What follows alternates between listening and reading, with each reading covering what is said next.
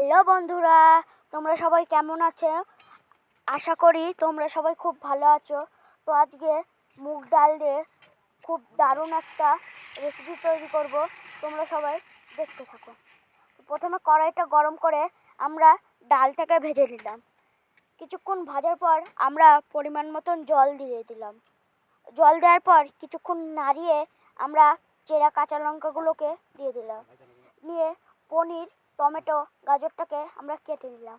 কাটার পর সিদ্ধ করা ডালটা আমরা ঘেঁটে নিলাম। ঘাটার পর আবার ডালে আমরা পরিমাণ মতন জল দিয়ে নেব। জল দেওয়ার পর আমরা আরেকবার নাড়িয়ে নেব। নাড়ানোর পর আমরা পরিমাণ মতন নুন দিয়ে নেব।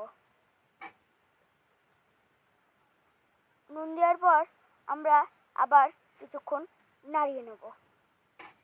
নাড়িয়ে নেওয়ার পর 1 চামচ আমরা হলুদ দিয়ে নেব। হলুদ দেওয়ার পর আমরা আবার নাড়িয়ে নেব। নাড়িয়ে নেওয়ার পর আমরা কিছুক্ষণ ফুটিয়ে নেব। ফুটিয়ে নেওয়ার পর আমরা ডালটা ঢেলে নেব। ওই কড়াইয়ে আমরা তেল দিয়ে দেবো, সর্ষের তেল।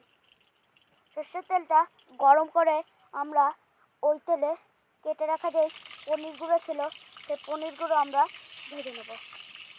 ভেজে নেওয়ার সময় বন্ধুরা তোমরা লাল লাল করে ভাজবে, আমরাও লাল লাল করে ভাজছি, না হলে ভিতরের পনিরটা কাঁচা থাকবে। তো কিছুক্ষণ ভাজার পর নেড়ে চেড়ে আমরা এখন তুলে নেব।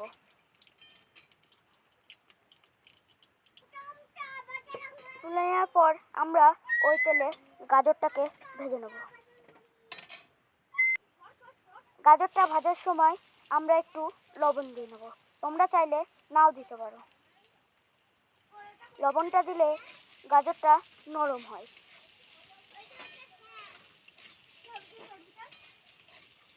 লবণ দেওয়ার পর আমরা কিছুক্ষণ নাড়িয়ে নেব। নাড়িয়ে চাড়িয়ে নেওয়ার পর আমরা গাজরটাকে তুলে নেব।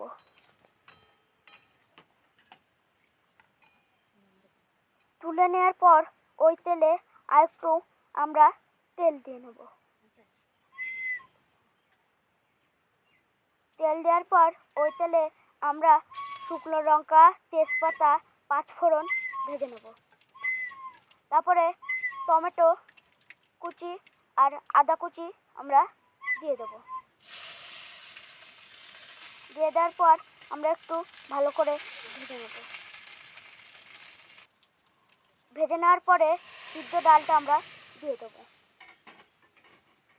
দিয়ে দেওয়ার পর ওই ডালে আমরা গাজর ভাজাটা দিয়ে দেবো।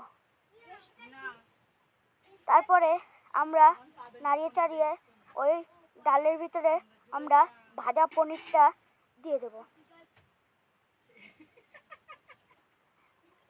ভাজা পনিরটা দেওয়ার পর কিছুক্ষণ নাড়িয়ে নেব। একটু ফুটে গেলে স্বাদ মতন চিনি দিয়ে নেব। চিনি দেওয়ার পর গুঁড়ো গরম মশলা দিয়ে দেবো।